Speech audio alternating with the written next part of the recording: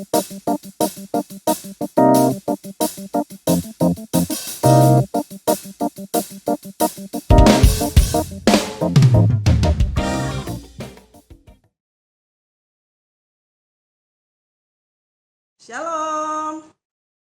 selamat bertemu di program Street Justice bersama saya Mariuti dari Palangkaraya.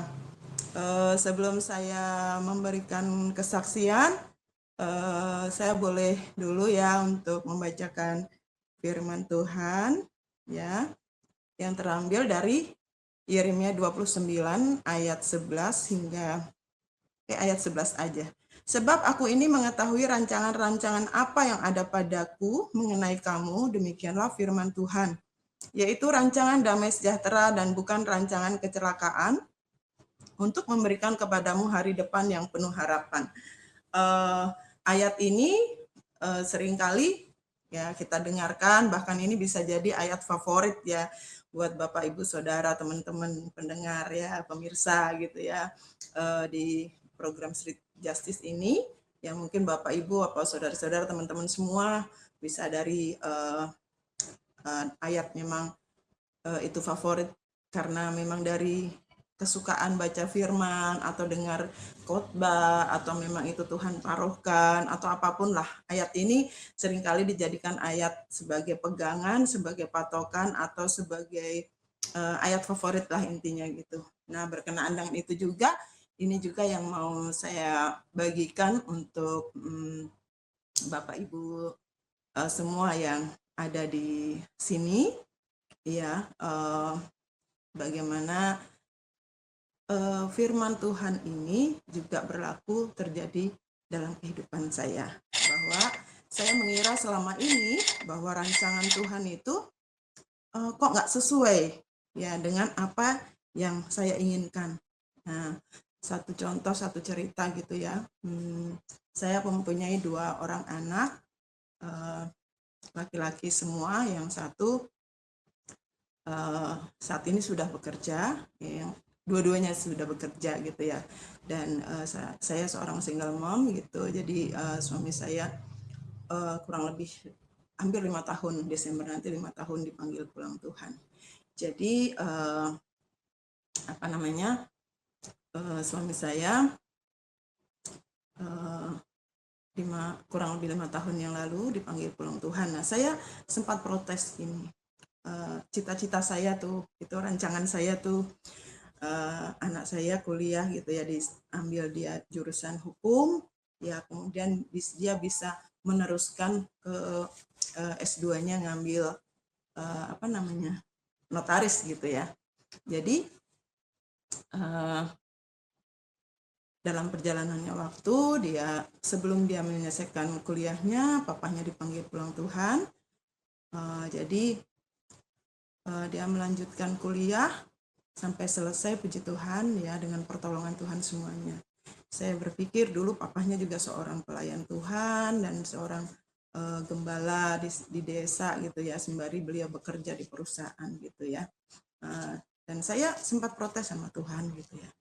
Ketika anak saya selesai kuliah ya dengan nilai ya puji Tuhan bagus gitu, dia mau mendaftar di perusahaan di mana suami saya dulu bekerja. Tapi bukan karena fasilitas, karena di situ dikatakan juga bahwa saya tanya, katanya ada lowongan gitu. Ternyata katanya sama pimpinan yang dulu adalah bawahan suami saya gitu. Oh, nggak ada Bu, katanya dia, nggak ada penerimaan gitu. Ternyata nggak selang berapa bulan tuh diterima dia gitu ya, nggak sampai sebulan gitu, ternyata dipanggil gitu, dia tak suruh masukin aja gitu, ternyata dia dipanggil memang karena nilainya bagus dan perusahaan sedang memerlukan gitu. Jadi setelah itu dia kerjalah di sana kurang lebih hampir 3 tahun, kalau 2 tahunan lebih lah ya. Nah, dengan kondisi seperti itu ya, karena perjalanan dari Palangkaraya ke Tumbang Manggu, tempatnya itu bukan jarak yang dekat gitu, itu 4 jam, ditempuh 4 jam, dan jalannya juga sebagian bagus, sebagian masih nggak bagus, masih banyak lubang-lubang beresiko gitu. Jadi tapi ya bukan dengan gimana ya, kalau dikatakan berat hati ya gimana gitu ya. Tapi ya dia harus tetap istilahnya juga harus bekerja gitu kan. Terus saya akhirnya suatu saat saya protes sama Tuhan. Ketika itu ada Bapak Gembala gitu ya, kenapa kamu kok seperti itu, kata dia. Jujur Pak, saya bilang, saya kecewa sama Tuhan. Kenapa sih Tuhan panggil suami saya gitu kan. Kalau enggak, saya bilang, anak saya tuh loh, nggak mungkin jauh-jauh kerja. Saya bilang, mungkin dia sudah S2, mungkin dia sudah jadi notaris gitu. Ya. Dia bilang, Bapak Gembala saya tuh ya, dia bilang gini, bodoh kamu itu, kata gitu. Semestinya kamu bersyukur, anakmu di sana dididik, ditempa gitu ya. Dia belajar kehidupan ini gitu. Oh iya, saya pikir, oh iya, ya benar juga gitu ya. Tapi ya tetap masih yang namanya seorang ibu yang nggak tega gitu ya. Dia harus tinggal di camp perusahaan ya, kalau fasilitas makan sih ya enak apa sih lumayan, tapi ya namanya perusahaan kan ya ada turun naiknya gitu ya untuk penggajian dan sebagainya, belum kalau dia berangkat gitu naik motor, karena kalau mobil saya di sini buat kerja juga buat usaha gitu ya, nggak mungkin dia bawa gitu, jadi dia pakai motor, kadang-kadang pakai jas hujan, itu nangis gitu rasanya, hati saya miris gitu, ada kasihan saya bilang gitu. Jadi akhirnya ya udah dijalanilah seperti itu. Kadang-kadang saya kepikiran dia bisa mah, aku lagi nggak enak badan, aduh kepikiran. Saya cuman gini doa sama Tuhan. Tuhan, berdoa ya sambil apa ya, sambil merenung, sambil berdoa, Tuhan, saya bilang, tolong dong kasih bahasa saya, Tuhan, beri anakku pekerjaan di Palangkaraya ini gitu. Terus biar dia juga nggak jauh dengan keluarga gitu kan. Terus ya ternyata Tuhan mendengar doa yang saya naikkan gitu ya. Oh ya Bapak Ibu Saudara, ternyata anak saya di sana bertemu dengan jodohnya. Dia sama-sama bekerja di perusahaan tapi dengan dengan bagian lain, divisi yang lain gitu. Jadi dia ketemu gitu ya, ketemu seorang perempuan ya yang Tuhan sudah siapkan. Mungkin ini rencana Tuhan, bukan mungkin ya, semuanya jelas rencana Tuhan, ketemu di sana ya. Akhirnya saya hanya bisa berdoa sama Tuhan, Tuhan tolong anak saya Tuhan gitu. Biar dia nggak jauh gitu dari keluarga, tolong siapkan pekerjaan. Saya pikir gini juga, suami saya dulu dia seorang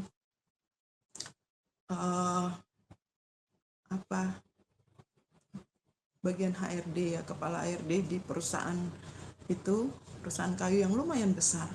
Ya waktu zaman suami saya dulu ada 9 perusahaan. Terus dia juga seorang gembala, banyak sekali yang ditolongnya, baik jemaat, keluarga, siapapun, untuk mendapat pekerjaan yang layak di perusahaan itu. Karena banyak istilahnya yang menggantungkan hidupnya di situ. Saya berpikir gini, Tuhan, suami saya dulu banyak sih. Bukan saya menagih janji Tuhan, bukan saya, Tuhan kok nggak ada, enggak. Artinya saya percaya apa yang kita tabur pasti akan kita.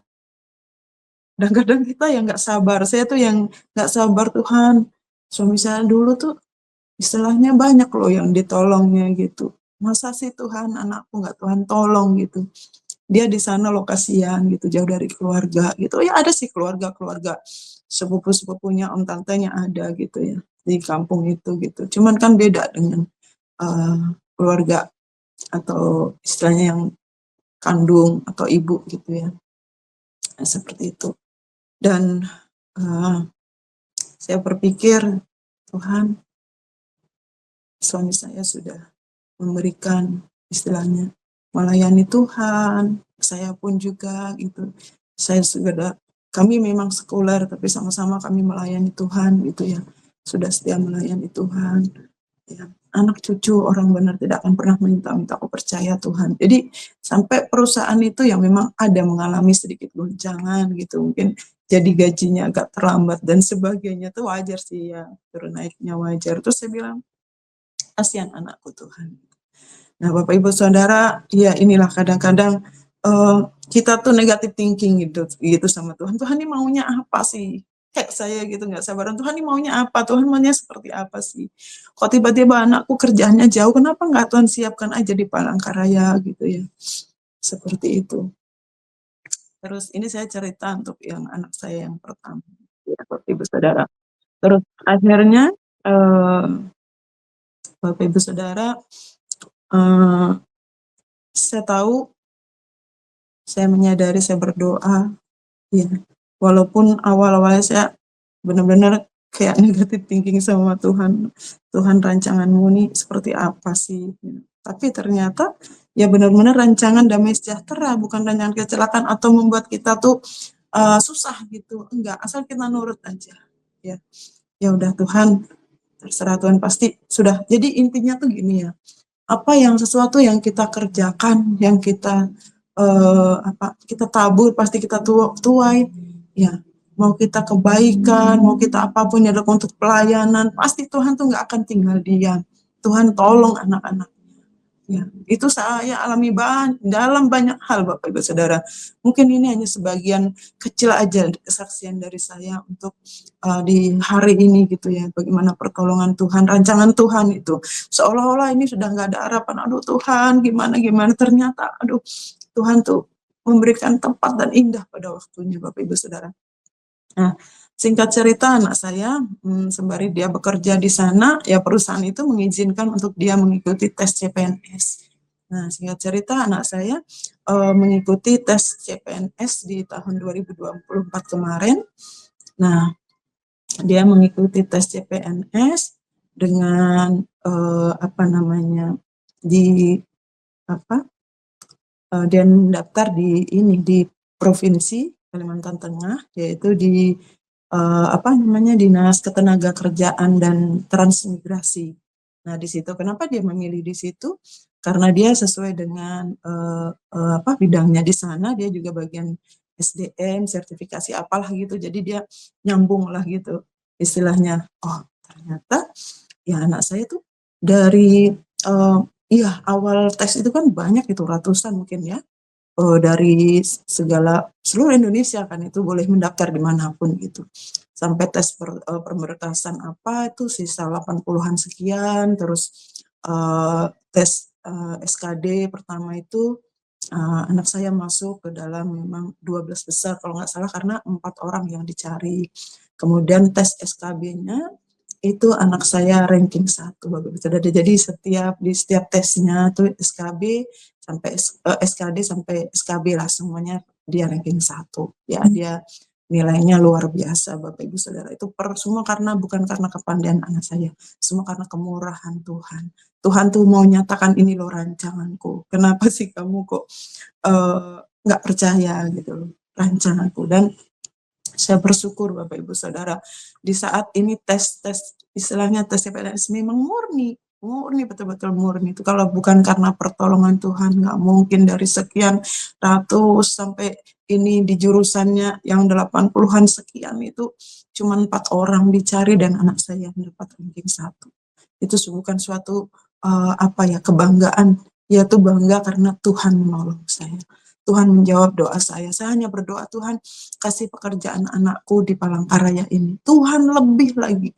Bukan saya berbicara masalah kalau CPNS itu sudah jaminan untuk masa depan, enggak. Tapi Tuhan lebih dari yang saya doakan.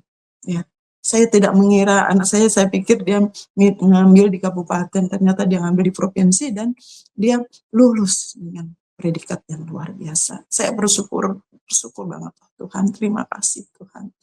Ya, ternyata ya kalau saya telusuri ke belakang lagi, ternyata Tuhan tuh kasih jalan, rancangan Tuhan di sana ketemu jodoh, rancangan Tuhan dia belajar mempersiapkan diri untuk menjadi CPNS, dia belajar namanya kehidupan, dia belajar namanya nantinya akan bersyukur dengan pekerjaannya ini dibanding dia harus jauh-jauh dan sebagainya. Ya Bapak Ibu Saudara. Nah inilah uh, apa di hari ini ya Bapak Ibu Saudara, rancangan Tuhan itu bukan rancangan kecelakaan, melainkan rancangan damai sejahtera yang memberikan kepada kita hari depan yang penuh harapan. Nah, Bapak Ibu Saudara, jadi itu kesaksian dari saya tentang rancangan Tuhan. Ya, intinya kalau saya ini gini ya, bahasa saya aja, jangan negatif thinking apapun yang kita alami. Mungkin hal sepertinya buruk, sepertinya kok seperti ini. Ya, seperti yang saya alami juga. Saya merasa saya sudah melayani Tuhan, suami saya sudah melayani Tuhan, kurang apa lagi Tuhan gitu ya, memberi dan sebagainya ya. Dan kok Tuhan bisa Tuhan panggil suami saya, tapi suami saya sudah menyelesaikan semua tugasnya, pelayanannya, tugasnya sama saya, tugas sama anak-anak saya, dan ternyata itu membuat anak-anak saya dewasa. Ya, Bapak Ibu Saudara, ini saya hari ini bercerita atau berbagi kesaksian tentang anak saya yang pertama. Mungkin next kalau ada kesempatan lagi saya akan berbagi cerita juga untuk anak saya yang kedua. Saya bersyukur saya memiliki 2 orang anak yang benar-benar Tuhan jaga, Tuhan pelihara di dalam setiap kehidupan, karena saya percaya apa yang sudah kita lakukan, apa yang sudah kita kerjakan, nggak akan pernah sia-sia dalam hidup kita.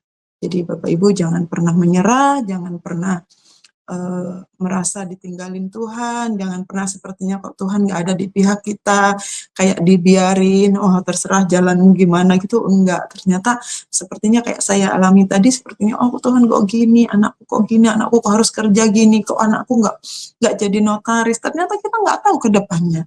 Mungkin anakku jenjang karirnya bagus, dia bisa mungkin nanti ada kesempatan bisa ada tugas belajar. Saya percaya itu Bapak Ibu Saudara, bisa ngambil S2 dan sebagainya, nggak ada yang mustahil. Semua saya percaya rancangan Tuhan, rancangan yang terbaik membawa kita ke dalam damai sejahtera, bukan rancangan kecelakaan. Dan saya percaya Bapak Ibu Saudara pun mengalami hal yang sama, bahkan lebih mungkin daripada saya. Terima kasih Bapak Ibu Saudara, saksian saya di Street Justice kali ini. Terima kasih, Tuhan Yesus memberkati.